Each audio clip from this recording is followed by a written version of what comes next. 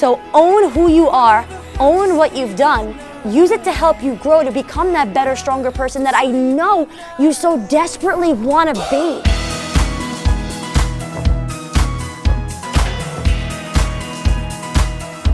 What's up, guys? It's Emoji Mode episode 20. I'm super pumped that I've been doing this for 20 weeks, so thank you guys so much for continuously tuning in, watching me rant, go off about things, and actually agreeing with what I have to say. It makes me feel pretty good. And I've done everything to keep myself preoccupied, but I'll see her go. Monday is our DJ night, aptly named Jammy Jam. Not my title, but I will still support it. But it's a pajama-themed party, so we'll have live music over in the corner over there by Lauren. We're gonna have some prizes for best costumes. Push it back for Child's Pose. It is a normal workout class though, so don't come thinking we're gonna drink and do shots. It's actually a workout class. Someone made that mistake one time. But live music, decorations, and costumes for our workouts on Monday. You didn't notice today's title is Own It, and that's because I am so sick and tired of everybody blaming everybody else for everything that's going wrong in their own life. This video may offend you, and if it does, I apologize, but sorry not sorry, you need to hear this.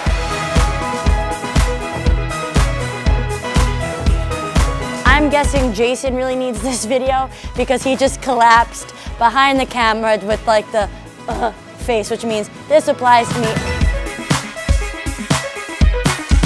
When something goes wrong and something doesn't go according to plan, instead of looking at yourself and saying, what could I have done to prevent that outcome, or what could I have done to fix this, or we go, oh, well, it was so-and-so's fault, and we point fingers. But the problem with pointing fingers, I don't know if you guys notice, I'll point this way. When you point your finger, do you notice you have 3 fingers pointing back at you? I learned that back in 5th grade. It's a really neat party trick. So you're pointing the finger and blaming somebody else when in reality, you might be partially, if not totally, to blame for a situation. You guys have to own, I have to do it too. It's not just you guys. We all have to own who we are and what we've done, because our life is a creation of the decisions that we've made.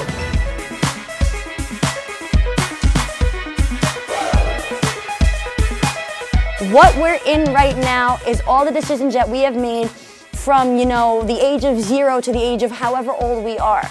So if we keep blaming people for our decisions and the why our life is the way it is today, nothing's gonna change. We're gonna stay miserable, we're gonna stay angry, and is that any way to really live your life? If what I'm saying is making sense, hit the heart button.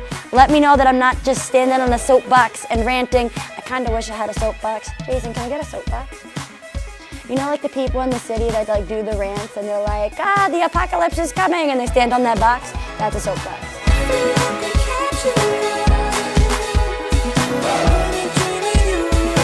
Big tip of the day is about another Chinese thing. There's a fermented Chinese tea called Pu'er tea.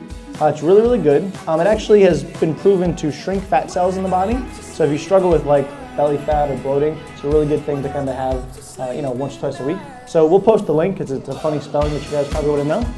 But it's P-U-E-R-H, Pu'er tea. So first, we have a birthday in the house. So can you give it up for Dana for working out on her birthday?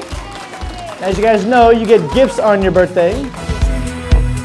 I wish you guys can see, I'm sitting under the quote in the studio. It says, your only limit is you.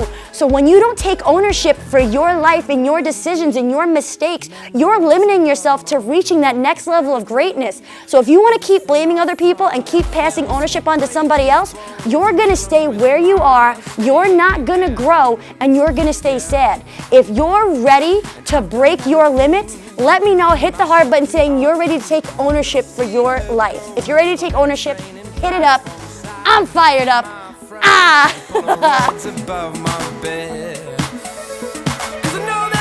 So the 2 things that's making this challenging, I'll help you again. Okay.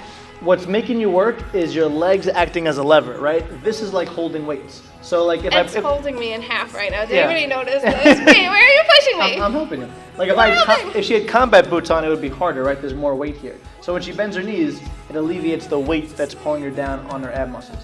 So you can relax.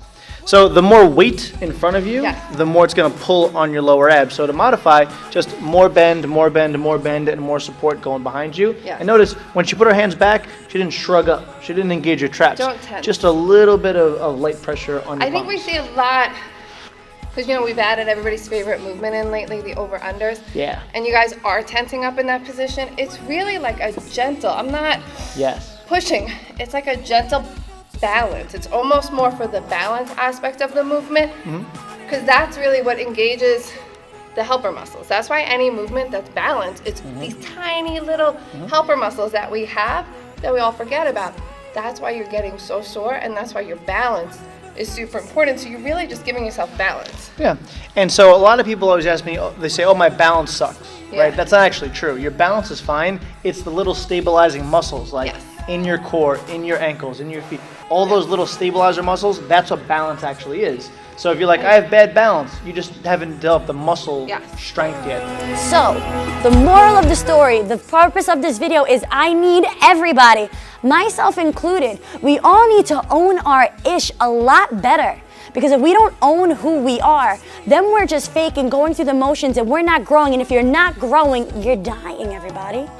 So own who you are, own what you've done, use it to help you grow to become that better, stronger person that I know you so desperately want to be.